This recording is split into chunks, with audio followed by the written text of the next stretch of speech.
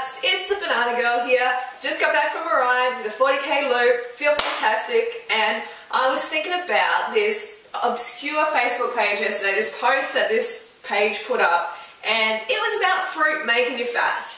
So I was sort of like immediately, what the fuck? Fruit makes you fat? Yeah, right.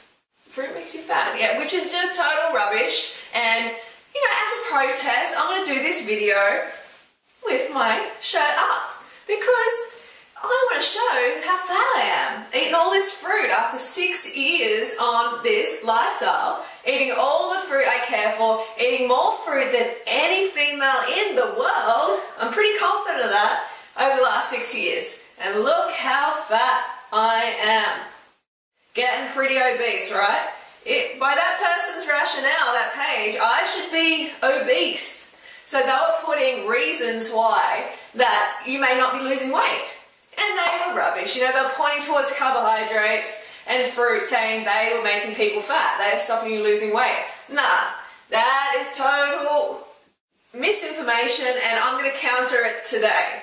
Okay, so another thing is, like, when there's a page, you know, when you're like a weight loss advisor, if you're giving weight loss advice, you really should be looking the part. You know, you should have photos of yourself up there, at the very least. And this page had no photos. You know, that's what I do on purpose. You know, I put myself out there to show that I'm living proof that this lifestyle, like the high fruit diet, works. Long term, the Banana Girl diet works. It will get you a lean bean over time.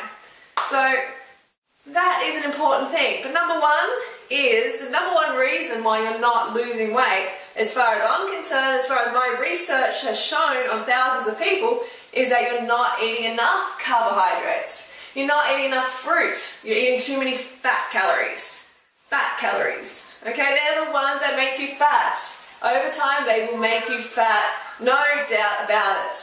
And it's not only the ingesting of the fat calories that makes you fat, but it's the fact that every cell in your body runs on glucose. So if you're taking these fat calories, you're not fueling your cells properly, and then you're not going to want to work out. So working out helps burn the fat. But if the fat calories are coming in, you're just going to have an oil sludge for bloodstream, not enough carbohydrates in your cells. Okay, so that's number one. Number two is you are having not enough calories in general. Okay, I'm just going to do a squat here at the same time.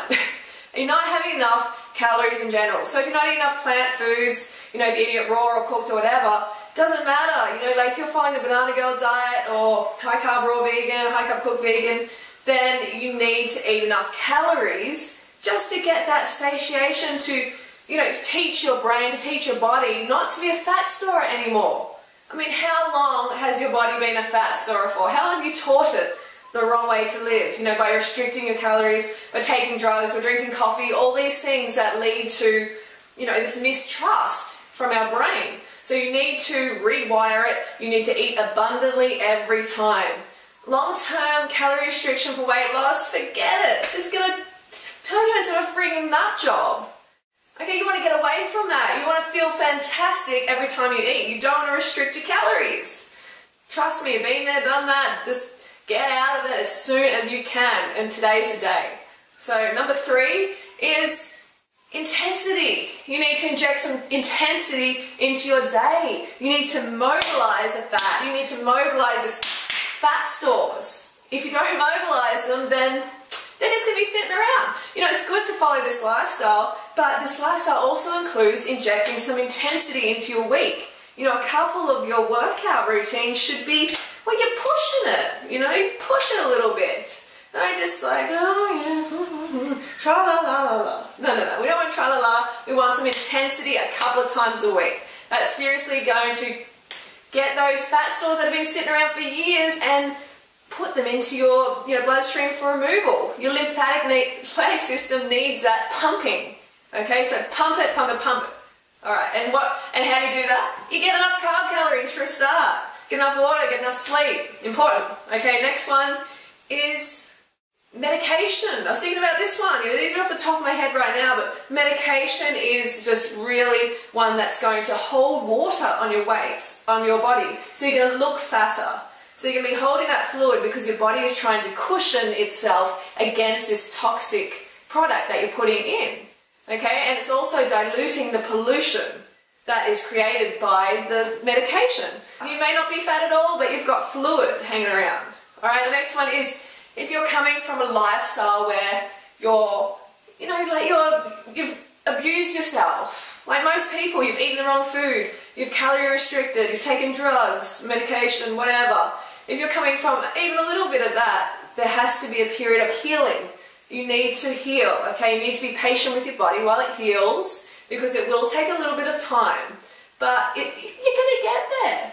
Wait for it to catch up. It needs to trust you again.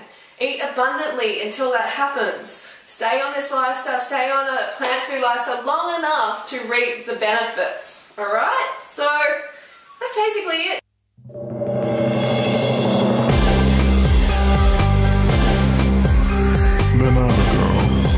Saving the planet, one banana at a time.